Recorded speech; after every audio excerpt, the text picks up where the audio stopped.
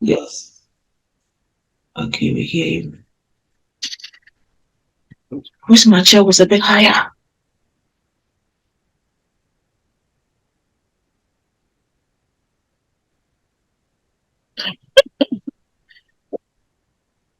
Let's go. Also, Panajo. Remember, no, but anyway, we're not Bende. going to Let's go.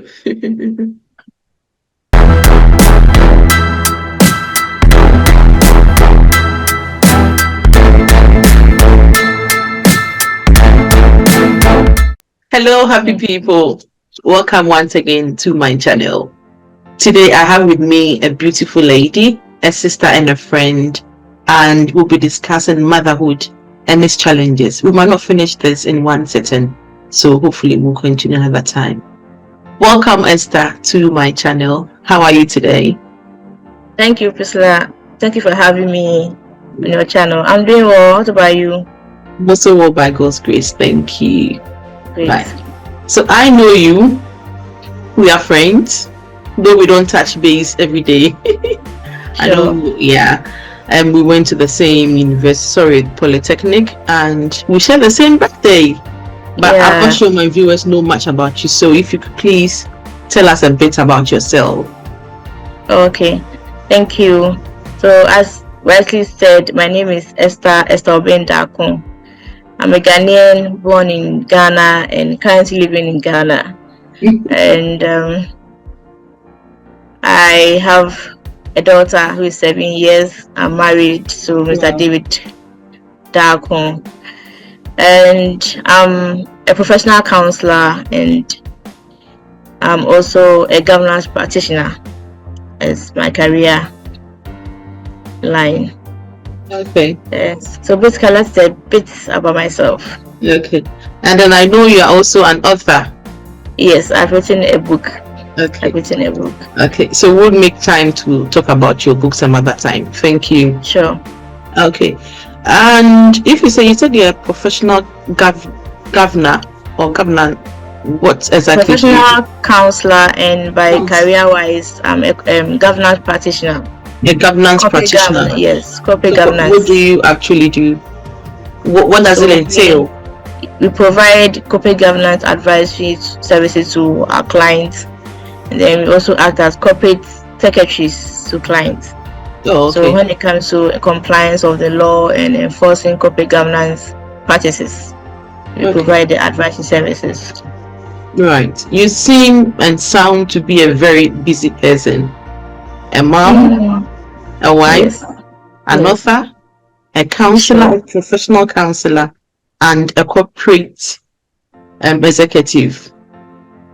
So how do you manage all this?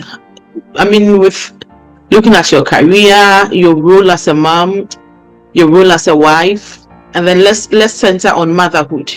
How do you marry all these roles that you play? Motherhood, does it ever get easier?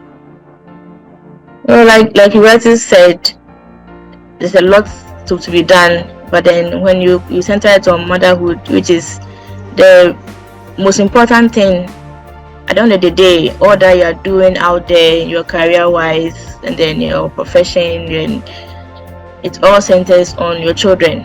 What legacy you leave behind for them, what they are also looking up to. So whatever you do, like as children, when they are coming up, they see you, first of all, you the mother as their role model, before they go out there to see other people as their role model.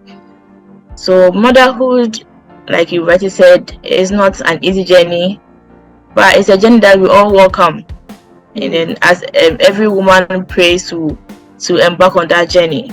And then as you pray to embark on that journey, there's a grace available to carry with you on that journey, because single-handedly you will not be able to do it alone. A lot of challenges that come with raising children, and especially in our world, in our generation today, it's not so rosy. Things are handling two things through career, going to work, coming home, being a mother, being a wife. You need patience. First of all, you need to have patience, when you are stressed out at work, you don't come in and start shouting your kids. Sometimes it gets on you, you know, like when they start asking you those petty questions, and yeah, you have to meet the deadline. Yeah. But then they don't know. All they know that they want their mother with them at home. Exactly. And you also need to meet your deadline. You also need to attend to your husband because you're a wife. You're not a boss at home. Sometimes you bring work home, but then you have to also see to the needs of the family. Yeah. So for women, I think we learn along the way. There's no manual, even though there are a lot of books written. There's no manual that this is what exactly you do to have an overview of what your children's life will be, or how your motherhood and parenting will be like. So program like yours, people actually like what you are doing out there for mothers to actually listen and then learn a lot, because we learn by reading, by listening to people's experiences. Like the saying goes, we learn from the older ones. Yeah. Then you learn from the mistake of the older ones. So when you see a tree, the dry leaves falling, it's a lesson to the green ones that very soon you're also likely to fall. So we learn from our mothers, we learn from each other, and parenthood is not a journey for one person, especially motherhood, journey for one person. This breaks to mind. He just said that parenting is not a journey for one person. Yeah. And I know of someone, she's a mom, and she says, I'm a double parent. You know, there's something that people say, single parent. Yes. Yeah, but then she says she's a double parent, and the reason why she says that is because she is raising her children alone, without the help of a man or a partner. So she says she's a double parent. A double parent. You just said that parenting is not for one person. So let's look at someone like this person I have mentioned, who is a double parent, that the people usually call single parent, who plays the role of both a mom and a dad. It could be a male or female. How do you think they can do the parenting and do it better, or how can their parenting be made a bit easier? Because for them, it's not two people playing those roles, it's just one person trying to play both roles. So how can they make their roles a bit easier? Okay, thank you for that question. So it's first of all, it starts by you knowing that you're a single parent.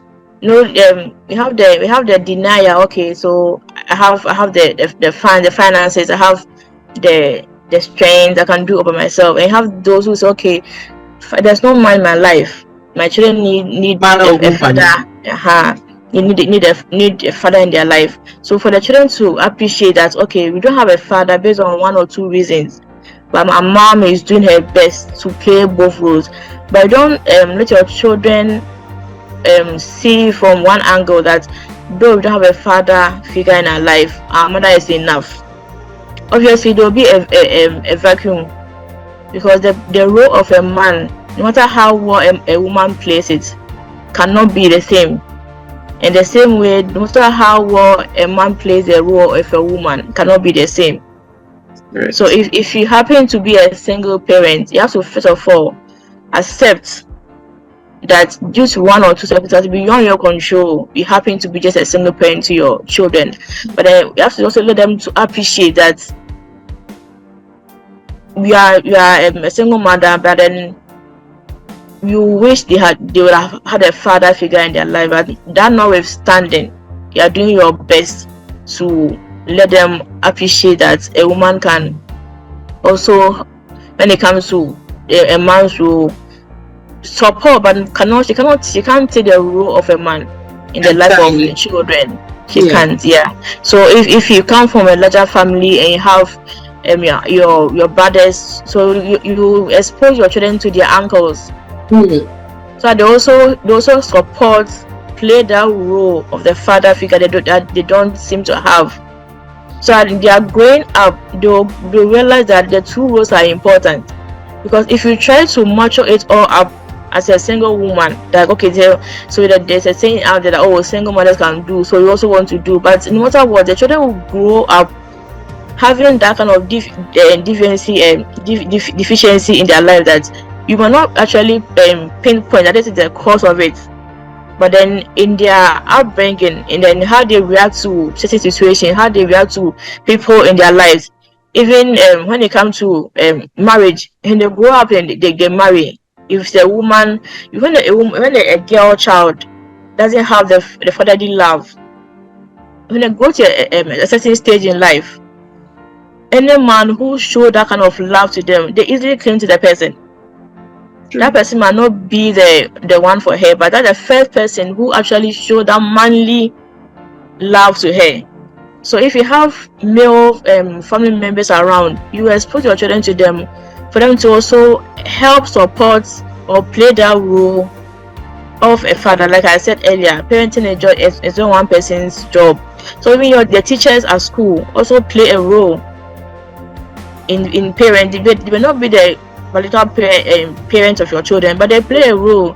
They affect their life in one way or the other. Their background, their experiences, they learn from school, they learn from people around. So, and they're also exposed to so many things. So your children are shaped by the things that they learn, the things that they're exposed to the people that they are exposed to.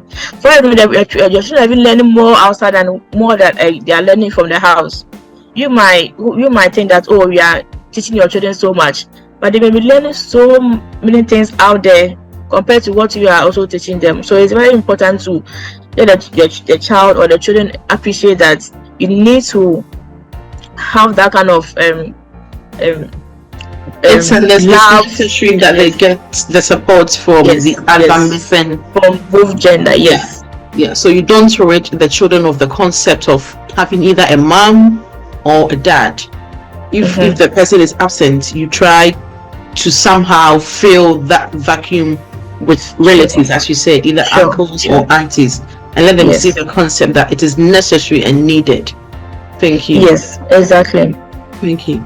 I would want to know, you personally, yourself being a counselor, professional counselor, an executive, a mom, a wife, has parenting changed you as a person in any way? It has because I could say that as soon as you get pregnant, but then parenting didn't start from, because some children are adopted. So as soon as the child gets into the house, so your social life changes, your emotional life changes, your physical life changes, psychological life changes. So every aspect of you changes. So when it comes to your social life, there are some, depending on the age of the children. Yes, there are some events that you have to cancel. That's right. Yes, there are some dresses you cannot wear if you are breastfeeding. So when it comes to your social life, will change, and then your view about certain things in life will change. So if you want to go and buy a shoe or a purse, and your child needs something, you consider, so you put your child needs above yours. So your social life will change, but your emotional life will also change.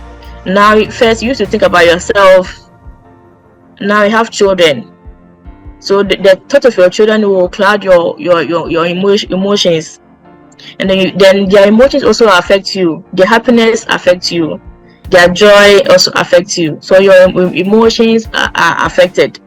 Then when it comes to psychological, it's also affected, because you're a mother thinking, are my children doing well? What I'm doing, is it enough? Is it okay? Do I have to do more? Is that something they are lacking? So you're always, thinking, well, what do they need? Especially with this environment that we are in, social media, the things that are being exposed to them. And so you obviously it will change your life. It will change your perspective about life itself. So compare motherhood to being single, there's a difference. There's no way someone can convince me that as soon as you have children, nothing changes in your life. In a way. Yes, it does. It does. Sure, it's obviously not just physically, but just as you've mentioned, mentally, psychologically, emotionally, financially. It does change. Financially, yes. It does change you. It does change you.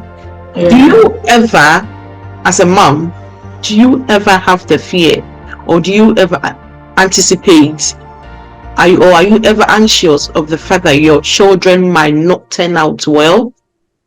Or do you ever anticipate that am I doing enough? Yes, okay, yes. I understand your question. I wouldn't, from my background, I don't want to use the word fear or worry, but I will say I get concerned. I get concerned about the things they're exposed to out there, and then I get concerned whether what I'm doing is the right thing at the right time. So doing the right thing at the right time. So look at your child, my daughter who is 7 years. I'm like, at what age should I tell her about puberty? At what age should I tell her about boyfriend, girlfriend? Yeah. So you might think that, oh, she's too young, but you don't know what is she also being exposed out there. You don't know what she's being taught in class. You don't know what her friends are saying to her. So yes, as a parent, I get concerned about the future of my child, and also get concerned about the things that she's going to accept that I think are wrong. Okay. And whether she's going to also so as young as they accept everything that you tell them. But their concern is when they get to a certain stage, they're naive in a way. Yes. So when they get to a teenage age, are they still going to say okay to everything you say, and they're going to challenge you? And then when they start challenging you, how are you going to react to it? Yeah. And then so your values that you are embodying in your children, are they going to live by the values, or I don't know they're going to leave it behind and pick up other values? So those concerns are very real. Every parent battle with. And so no matter how hard you try, you know like things really happen. Life happens, and situation happen, then things change, morals change, and then values also change.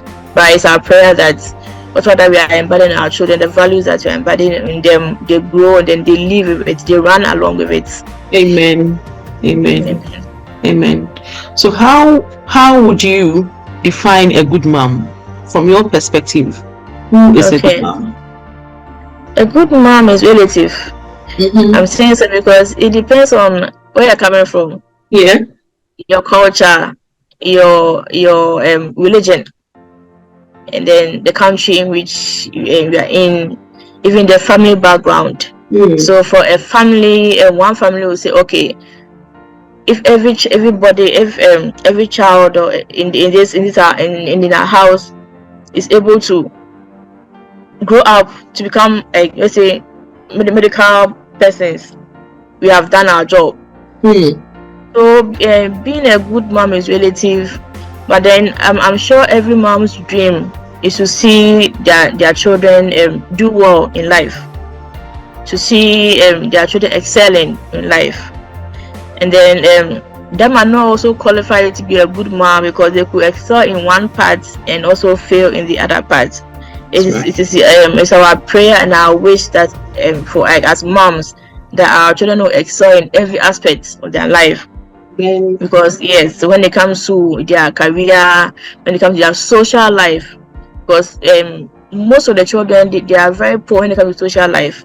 So that's where you hear of suicide and all those. They're not able to handle difficult situations. And they're not able to even speak out or speak to people. So they really bottle up things, and then when it gets overflow, then they just get influenced, they commit suicide, they fall into social vices and all that. So it's our prayer as mothers that in defining good mothers, our children will not fall into the hands of bad peers, that they will really be better than ourselves. If we want to say good mothers, children will be better than ourselves. And that brings me to a thought that my dad always says. He always says that they are bringing, himself and mom are bringing us up to do better than they did. Yeah, so exactly. you have to do better than your fathers did. Yeah, exactly. Yeah, as you said, it's our prayer that in all fields of life, our children do better than we have done. God bless you. God bless you. Are there any nuggets that you'd want to share with one, first of all, with moms, and then secondly with aspiring moms, people that would love to be moms? Yeah. Okay, so I'll say that motherhood is an assignment that we all have to answer to our maker. So each child that, or if the children that God give us, we are just caretakers. And then however they turn out, we are going to answer for it. So my advice to young mothers and then will be mothers and aspiring mothers is that whatever that your children become, the root will trace to you as a mother. And then if as we spoke about who a good mom is, if you want to be in that category, I would say that you should pray for your children, pray into their future, pray before they get there, so that by the time they get there, the road has been cleared for them. Pray into their future, because the devil is out there, the evil is out there, and then the world, there's no mercy out there. So it's not because they are your children that people will be kind to them, or because you are a good mom, people will be kind to your children. People are very mean people out there, and people are very self-centered. So they don't mind, lying for you to go to jail, for them to be better people. So pray for your children, pray for their future, and then whatever that you think you are doing, you always ask God for wisdom, because you might think you're doing the right thing, but it might not be the right thing. So pray for wisdom, and then you pray for guidance, because as I said earlier, you answer for however our children turn out. That's deep. That our children are an assignment, and that we have to answer to our Creator for however they turn out. Okay, and I want to share this this verse in Psalm 127, 1-3, that says that unless the Lord builds the house, the builder labors in vain. Exactly. I realized in your conversation, everything that you said, you narrowed and centered it on God, the God factor. And that is very, very important. We cannot run our races without God. As much as we are believers, we can't. And Psalm 127 sums it up very nicely, that unless the Lord builds, the builder builds in vain. So unless as mothers we seek the knowledge, just as you said, from God, we can't do it all. We need Him. That's all. Yeah, and it continues that unless the Lord watches over the city, the guards stand and watch in vain. We can't be with our children 24/7. We can't protect them. Protection comes from God.